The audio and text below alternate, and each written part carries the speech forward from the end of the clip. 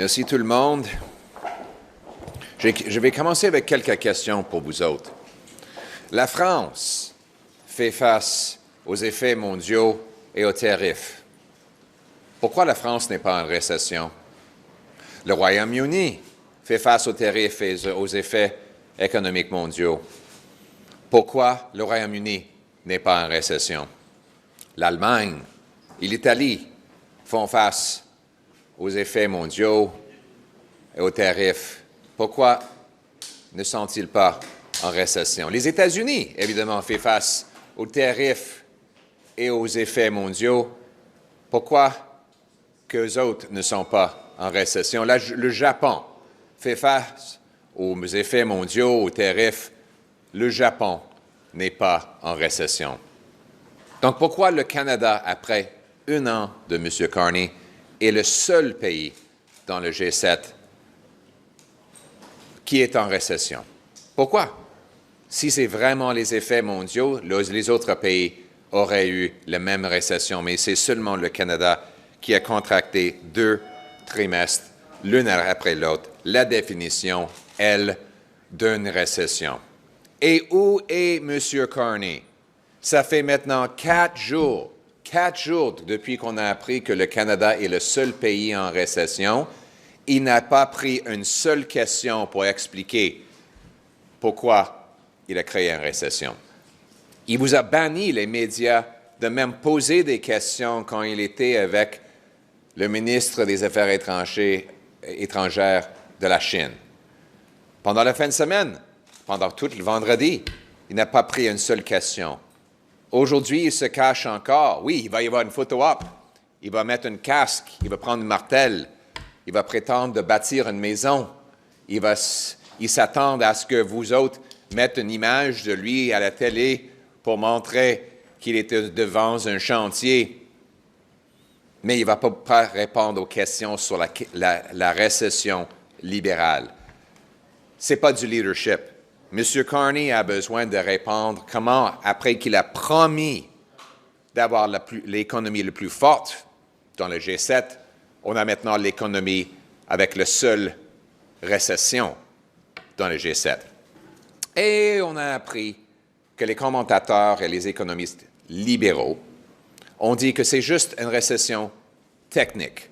Oui, c'est vrai que l'économie a contracté 2 trimestres l'un après l'autre, mais regardons les autres données. OK, regardons les autres données. Commençons avec les emplois. Il y a eu 112 000 emplois perdus dans 3 mois cette année.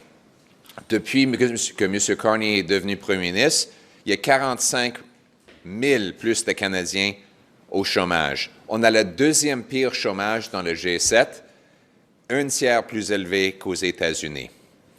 L'économie s'est contractée au cours de 3 des 4 trimestres depuis que M. Carney est devenu le premier ministre. C'est la seule économie du G7 qui a eu cet effet. En effet, notre PIB aujourd'hui, c'est plus petit que quand M. Carney est devenu premier ministre. Juste pour être clair, le PIB du Canada était plus élevé le dernier jour de Justin Trudeau que c'est aujourd'hui. On a maintenant plus de 20 milliards de dollars nets d'investissement qui a quitté notre pays. Pour 5 trimestres consécutifs, le montant d'investissement dans notre économie a réduit. Equifax a signalé la semaine dernière que le nombre de cas d'insolvabilité a atteint un niveau jamais vu depuis 2009 et le nombre de personnes qui ont manqué un paiement, c'est 1,5 million de Canadiens depuis 3 mois. Une augmentation de défauts de paiement hypothécaire a augmenté de 32 % dans seulement une année et le Canada a le pire taux d'endettement dans le G7. Aujourd'hui, on a un rapport des banques alimentaires Canada qui montre encore que les Canadiens doivent faire recours aux banques alimentaires pour pouvoir manger. Mais quelle insulte aux Canadiens que les libéraux disent que c'est juste une technicalité. La mère monoparentale M. Carney, qu'est-ce que vous allez dire à elle quand elle doit remettre de nourriture à l'épicerie parce qu'elle ne peut pas payer le prix? Est-ce que vous allez dire que sa faim est juste une technicalité? Est-ce que, M. Carney, vous allez dire au monsieur qui doit retourner à la maison pour dire à ses enfants qu'il n'a plus d'emploi que c'est juste technique? Est-ce que vous allez dire, M. Carney, que le jeune couple qui ne peut pas acheter une maison malgré le fait qu'il travaille sans arrêt, que c'est juste technique? Non, c'est vrai. C'est la vraie vie des Canadiens après 1 an de votre leadership, après 10 ans des libéraux.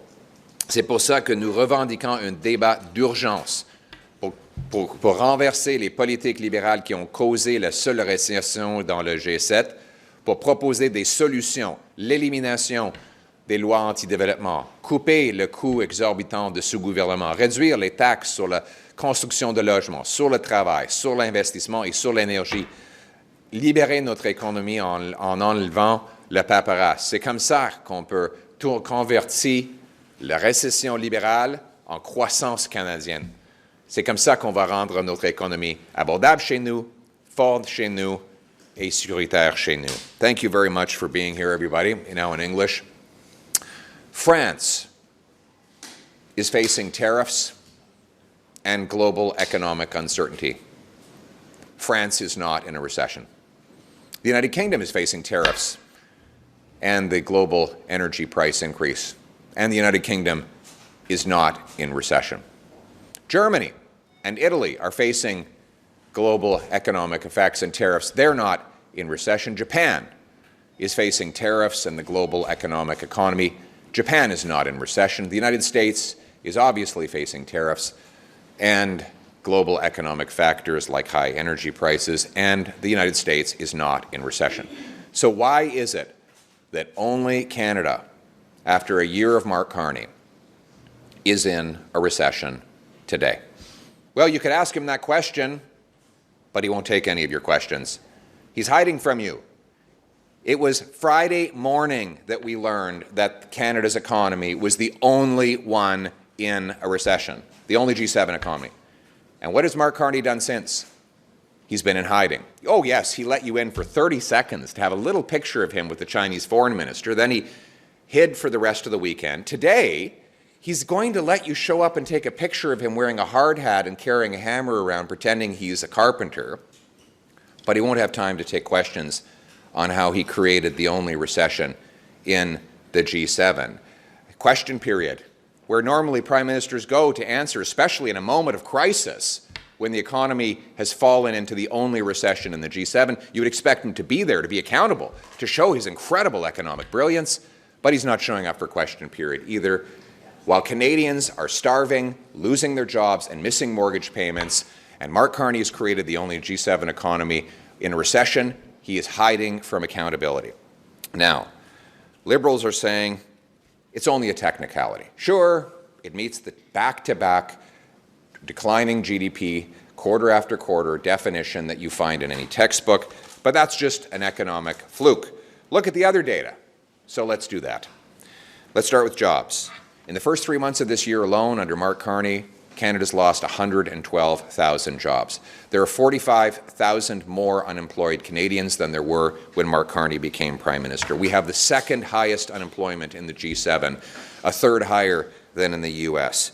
Let's move from there to business investment. Remember all the investment Mark Carney was going to bring us? For 5 consecutive quarters, investment has declined in Canada. There's $20 billion in net investment that has left since he took office. In fact, there's been, when it comes to investment, we have the worst investment per capita of any country in the G7 under his leadership. And by the way, that stacks on top of the $1 trillion of net investment that had already left in the prior 10 years of the Liberal government. And that investment then flows into people's ability to pay their bills. So let's look at that. Equifax put out a data last week showing that insolvency rates have now reached their highest level since 2009, up 19% year over year under Carney. 1.5 million Canadians missed a minimum debt payment in the first 3 months of this year. Mortgage delinquency rates are up a third in 1 year, and Canada under Carney has the worst household debt of any country in the G7. Just today, the Food Bank's Canada report came out showing, and I'm quoting, something fundamental has shifted in Canada. 1/4 of people are food insecure. That's 1 in 4 people who struggle to access the food they need to be at their best. This sharp rise in food insecurity is not a surprise to the Food Bank network, which has seen demand increase year over year, with visits doubling across Canada since 2020. A country cannot be strong and resilient when so many people are struggling to pay their essentials. Too many people have incomes that do not meet the cost of living. For one thing, a job is no longer enough to ensure a reliable pathway to stability. Keeping up with rising food costs has become more difficult, even for those who are employed, who now make up 1 in 5 food bank clients.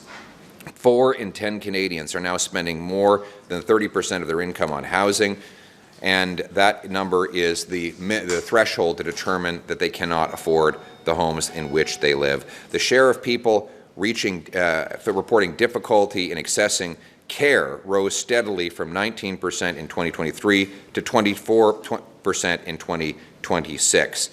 So Mr. Carney says we're not in a real recession. He sent out his Liberal commentators and economists to say it's just a technicality.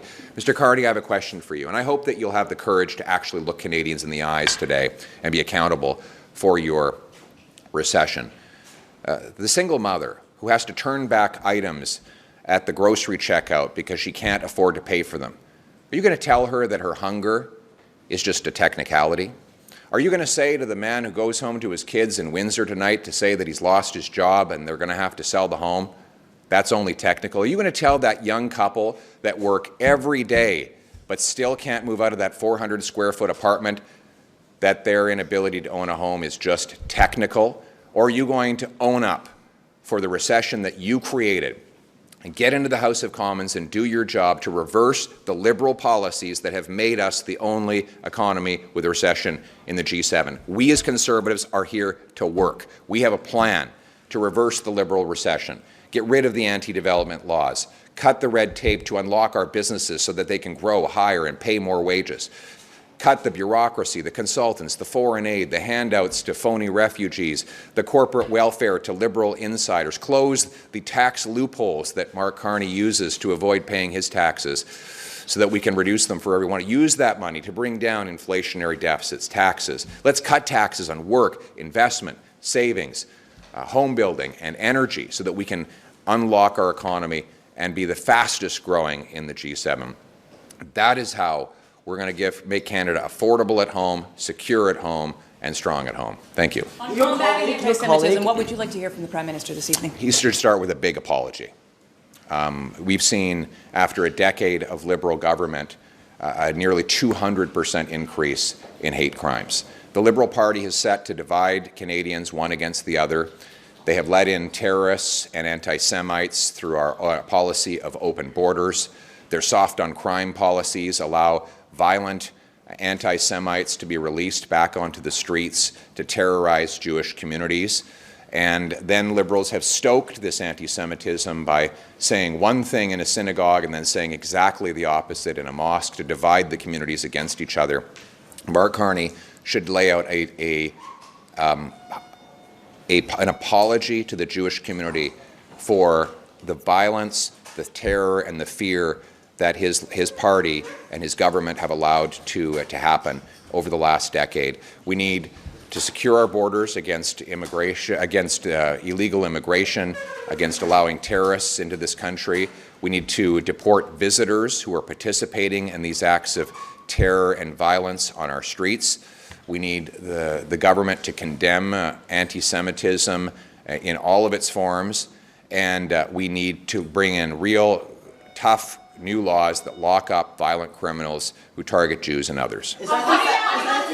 Oh, by the way, I should also add, we should get rid of the 700 IRGC officials that Global News says are in Canada, because much of the anti-Semitism is being fomented by Iranian government officials that are dividing our communities and acting dangerously on our streets. Mark Carney's government has only deported 1 IRGC official, even though we know there are at least 700 here. He should do his job, get CBSA, the RCMP, and the other law enforcement to kick these terrorists out of our country. Is anti-Zionism a form of anti-Semitism, sir? Just a follow-up on anti-Semitism. Is anti-Zionism inherently anti-Semitic? Well, I think some of the rhetoric that Liberals have used on that subject has stoked division and has led to some of the violence that we have seen on our streets. So I would encourage Liberals to stop the divisive rhetoric and work on uniting Canadians. I know the Liberal Party survives and thrives on divide and conquer politics. That's not what we need. We need to unite Canadians around our values of freedom, of acceptance, and of treating everybody with respect. Madame, Monsieur Poilievre, est-ce que le gouvernement agit trop tard sur le front de l'antisémitisme? Monsieur Carney devrait commencer en s'excusant pour son parti qui a permis à l'antisémitisme d'élargir. Les politiques libéraux ont divisé un groupe contre l'autre. Leur politique d'immigration massive sans contrôle qui permet des terroristes, des criminels, des antisémites de venir au Canada a contribué à la violence. On a vu une augmentation dans les crimes liés à la haine, a augmenté de plus de 100%.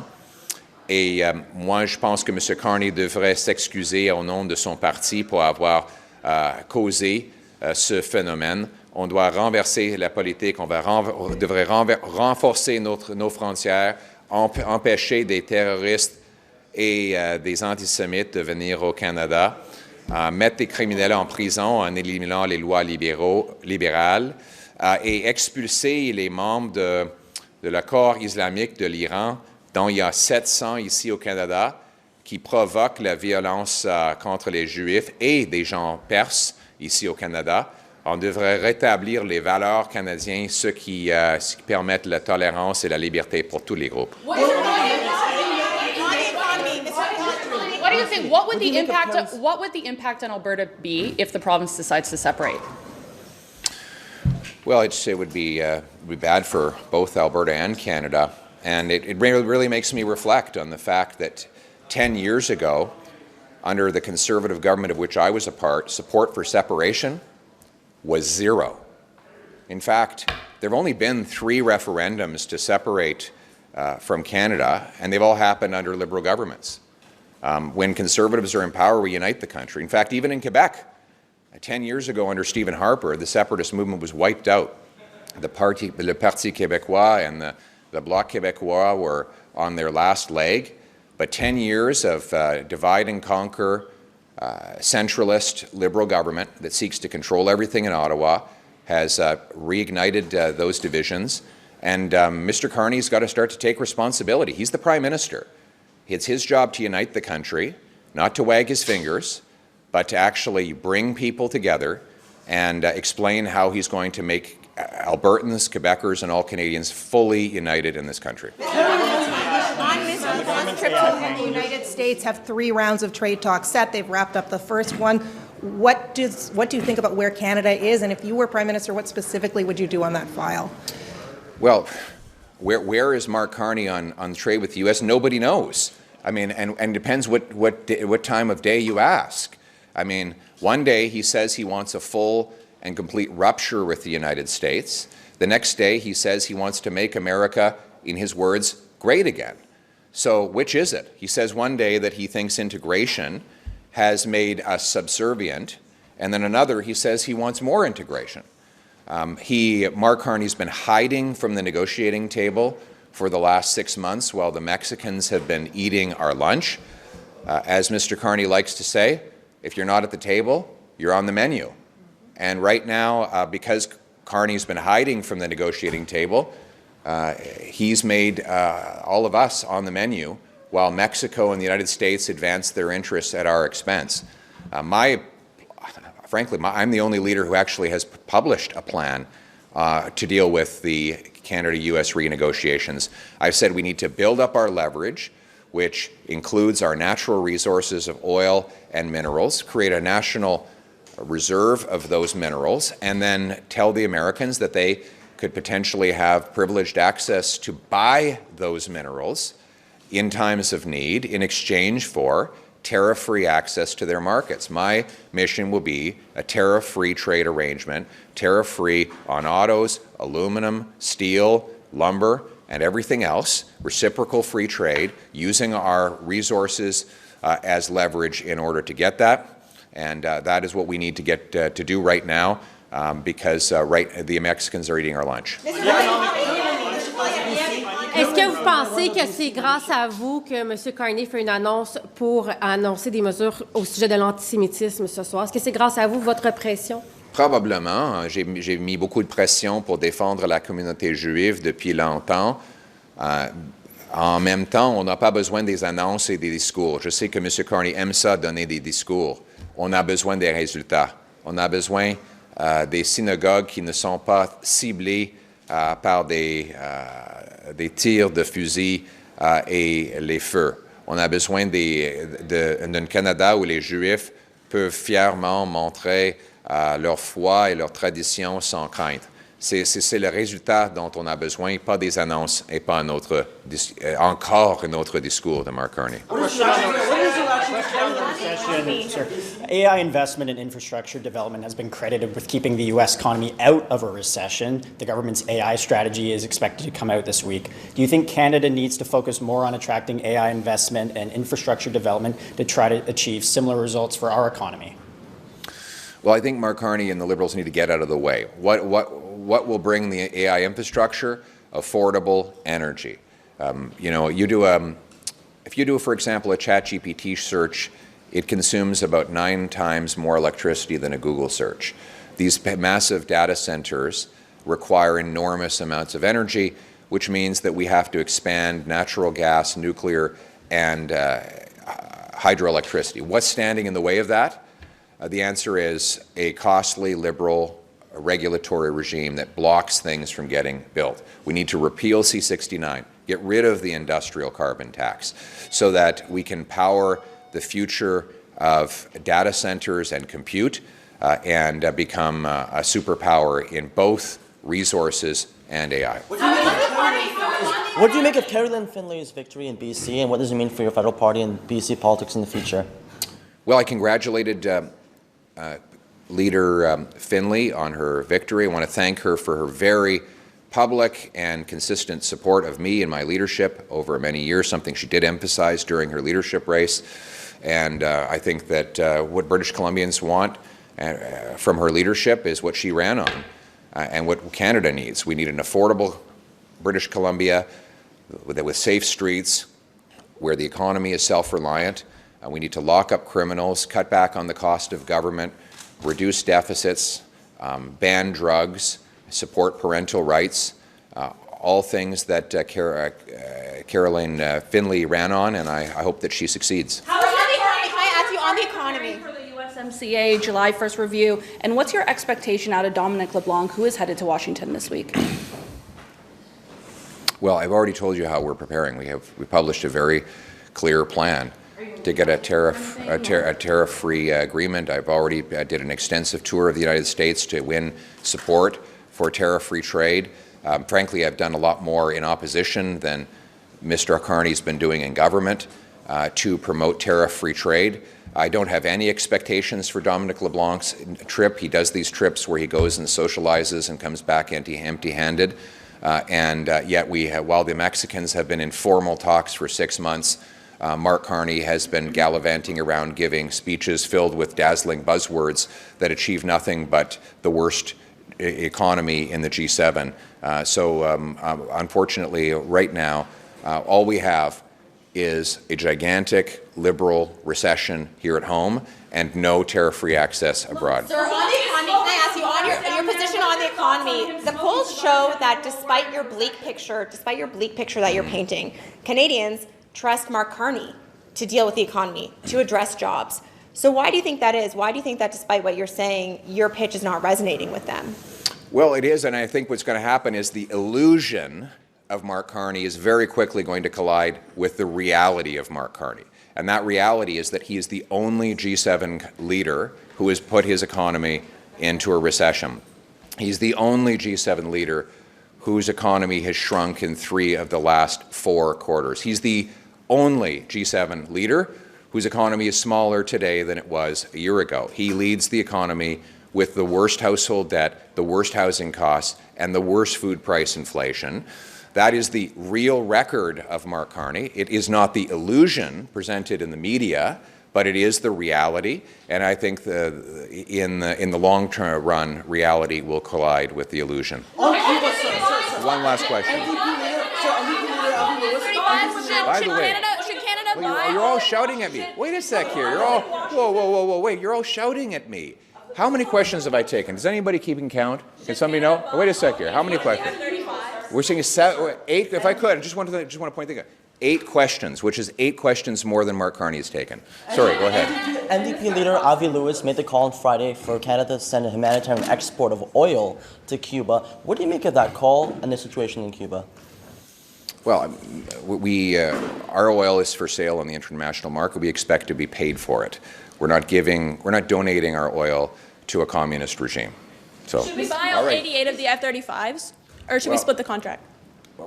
Once again, I think we need to stop the political theater, and the Prime Minister needs to get down to the negotiating table, get a tariff-free deal, get it done, because we've lost 112,000 jobs in the first 3 months of this year. We had the only G7 economy in recession. It's time to put the illusions aside and get some results. Thank you.